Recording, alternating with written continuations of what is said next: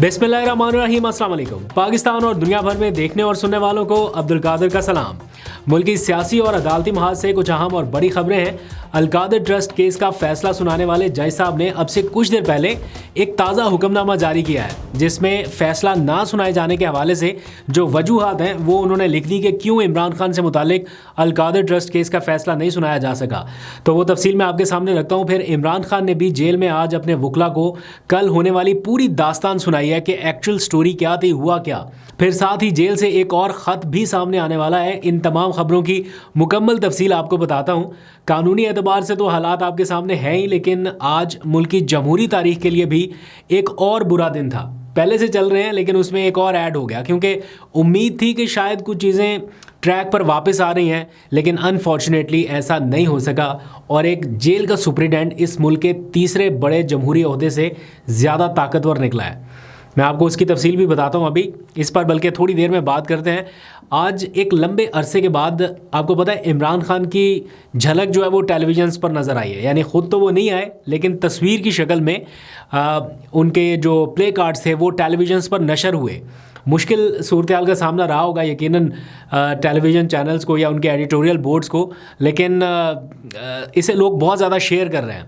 आप अंदाज़ा करें कि सिर्फ इतनी सी झलक है इमरान खान की, वो भी तस्वीर की शक्ल में, और वो भी ऐसी तस्वीर जिसको हज़ारों बार लोग देख चुके हैं, लेकिन अभी भी उसको इतना ज़्यादा शेयर कर रहे हैं। पीटीआई ने एक हिकमत अमली बनाई रिसेंटली कि उन्होंने हर जगह पे जहां उनकी अवामी सतह पे नुमाइंदगी है उस फोरम पर भरपूर एहतजाज करने का फ़ैसला किया। आपने देखा पंजाब असम्बली में, उसके बाद हमने देखा कौमी असम्बली में, और आज कौमी असम्बली प्लस सेनेट दोनों जगहों पर यह एहतजाज नज़र आया। लेकिन इस एहतजाज के साथ साथ ये उठाते हैं इमरान खान की तस्वीर और साथ ही अपने मुतालबात के हवाले से प्ले कार्ड्स। तो जहाँ जहाँ पर असम्बली से गुजरते हैं, आते जाते जो सोशल मीडिया के लोग नज़र आते हैं या जो मीडिया नज़र आता है वो सारे के सारे इनको कवरेज दे रहे हैं, टीवी के ऊपर चले ना चले, लेकिन हर जगह पर ये एक सिलसिला शुरू हुआ।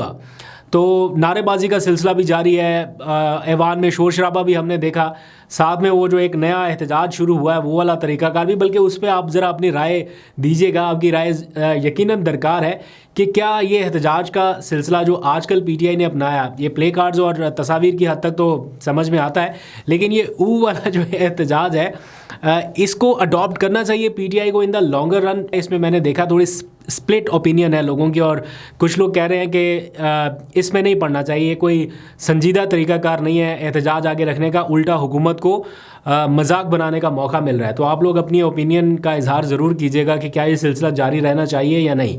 आगे बढ़ते हैं, थोड़ी सी बात करते हैं इमरान खान के हवाले से कुछ खबरों की। क्या आप लोगों ने कभी सोचा कि इमरान खान का कारोबार क्या है?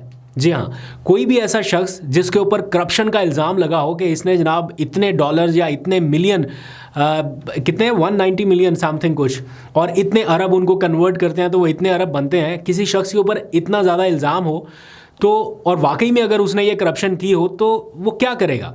या तो बैरून मुल्क असासे बनाएगा इतने पैसे से, या फिर मुल्क में कोई कारोबार लगाएगा, कोई फैक्ट्रियाँ, कोई जायदादें।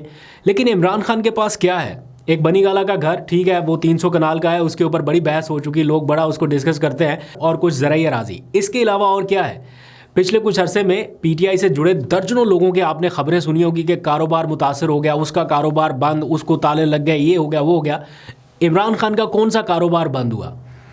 आप सोचें ना, एक शख्स ने पैसा बनाया होगा, चले ये तो अभी इल्ज़ाम लगा ना, इससे पहले क्रिकेट हिस्ट्री में, क्रिकेट के टाइम पे भी बड़ा पैसा बनाया, कमेंट्री करके बनाया, लंदन अपार्टमेंट बेच के बनाया, यहाँ पे अगर जायदादें हैं, ज़रूरी ज़मीन है, पैसा तो बना होगा ना।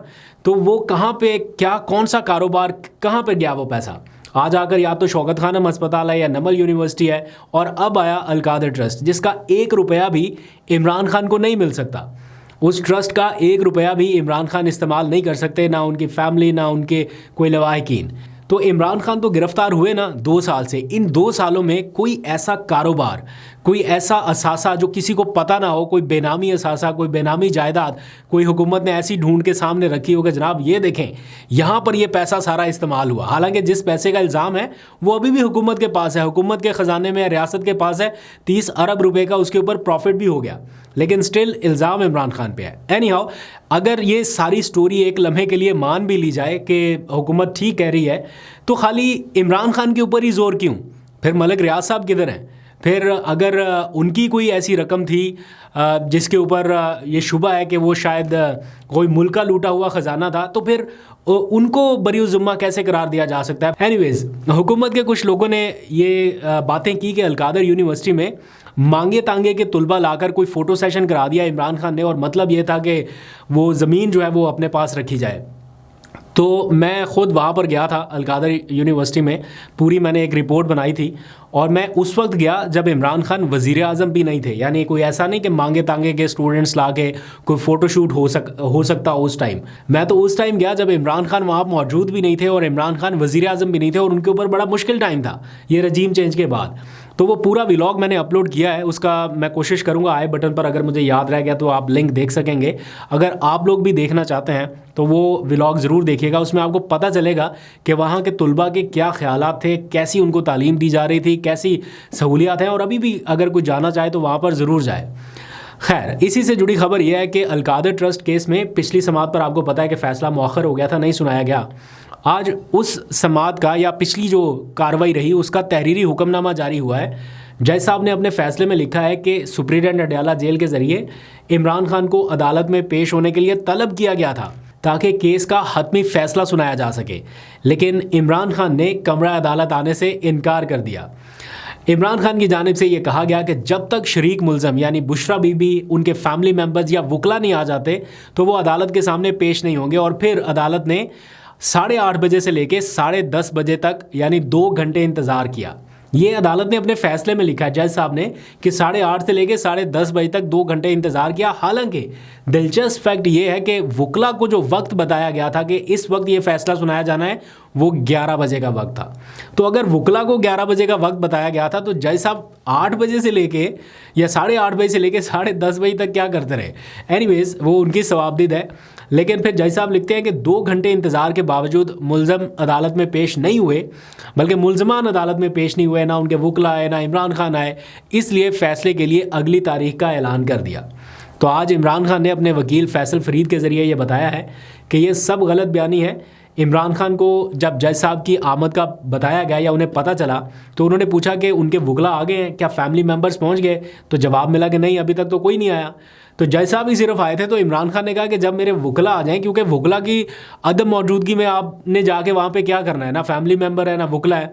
तो इमरान खान ने कहा जब वकला आ जाएं तब आप मुझे बता दीजिएगा। वकला ने आना था 11 बजे क्योंकि टाइम था, लेकिन सलमान अकरम राजा बताते हैं कि हम तो 10:30 बजे के करीब पहुँचने लगे थे, और जैसे ही हम अंदर एंटर हो रहे थे इतने में जज साहब जो है वो तारीख अगली डाल के तो वापस रवाना हो रहे थे 10:30 बजे।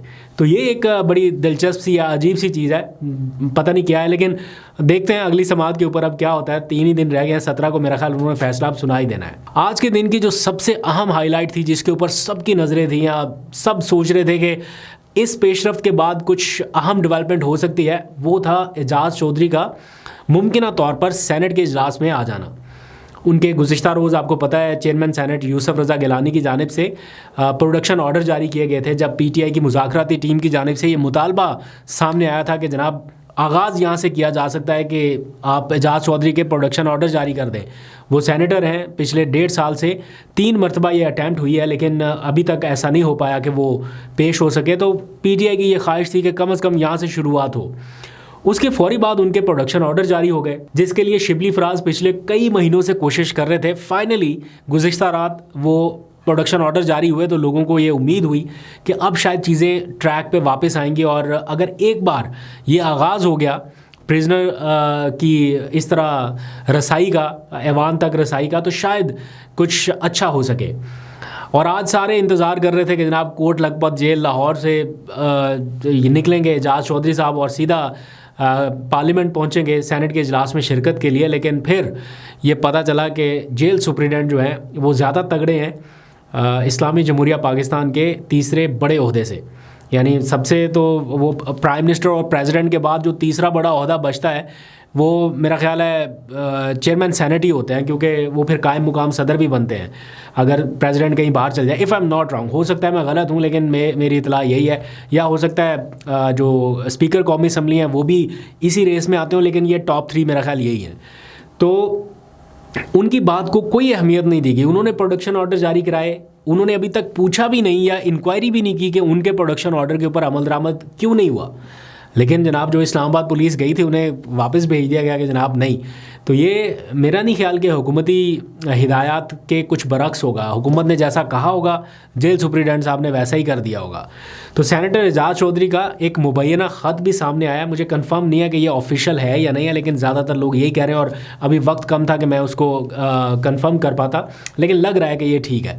तो मुझे थोड़ा सा मार्जिन ऑफ एरर दीजिएगा अगर ये सही ना हुआ। लेकिन जो सामने आया ख़त उसमें ये लिखा गया है कि मुझे हवालाती के तौर पर जेल में कैद हुए 20 महीने गुजर चुके हैं और इस दौरान मेरे 3 मरतबा प्रोडक्शन ऑर्डर जारी किए गए हैं। पहली मरतबा 2023 में, फिर कायम मुकाम चेयरमैन सेनेट मिर्ज़ा अफरीदी के ज़रिए दूसरी मरतबा, और फिर तीसरी मरतबा जनवरी 2025 में, यानी अब ये प्रोडक्शन ऑर्डर जारी हुए। लेकिन वो कहते हैं कि किसी बार भी अमल दरामद नहीं हुआ और उल्टा तमाशा देखने के लिए, इस्लामाबाद से लेने के लिए जो अमला आता है मुझे, वो कोट लखपत जेल के दरवाजे तक आ जाता है, लेकिन उसको आगे सूबाई हुकूमत की मुदाखलत पर वापस भेज दिया जाता है।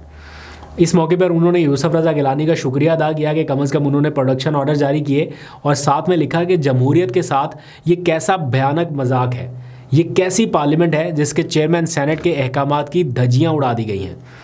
और फिर आखिर में उन्होंने लिखा है, बड़ी दिलचस्प लाइन लिखी है कि फिर कहते हैं कि ट्वीट सख्त कर दी है। ये बड़ी दिलचस्प बात थी। एनीवेज, आज इमरान खान ने अपने वकला को ये बताया है कि उन्होंने इंसानी हकूक़ की तंजीमों को एक ख़त लिखने का फ़ैसला किया है। सलमान अकरम राजा, बैरिस्टर गौहर और अली ज़फ़र को इस हवाले से कुछ गाइडलाइंस भी दी गई हैं। ऑब्वियसली इमरान खान के पास वो ख़त लिखने की सारी फैसिलिटीज़ नहीं है, ना पेन पेंसिल पेपर कुछ भी नहीं है, लेकिन कुछ चीज़ें जो है वो डिक्टेट करा दी गई हैं इन तीनों वकला को।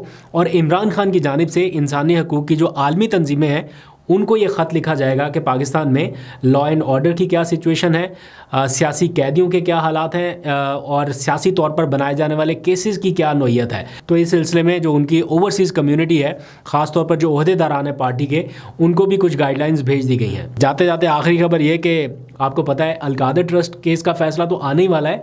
इसके साथ साथ एक और केस भी है इस टाइम जो अडाला जेल की 4 दीवारी के अंदर चल रहा है, वो है तोशाखाना 2। तो तोशाखाना 2 केस में एक तरफ ट्रायल चल रहा है, दूसरी तरफ उनकी इस केस में बरियत की दरख्वास्त जो है वो दायर कर दी गई है इस्लामाबाद हाई कोर्ट में। इससे पहले इमरान खान साहब ने गालबन की थी, अब बुशरा बीबी ने भी कर दी है। तो बरियत की दरख्वास्त पहले ट्रायल कोर्ट से रद्द हो चुकी है।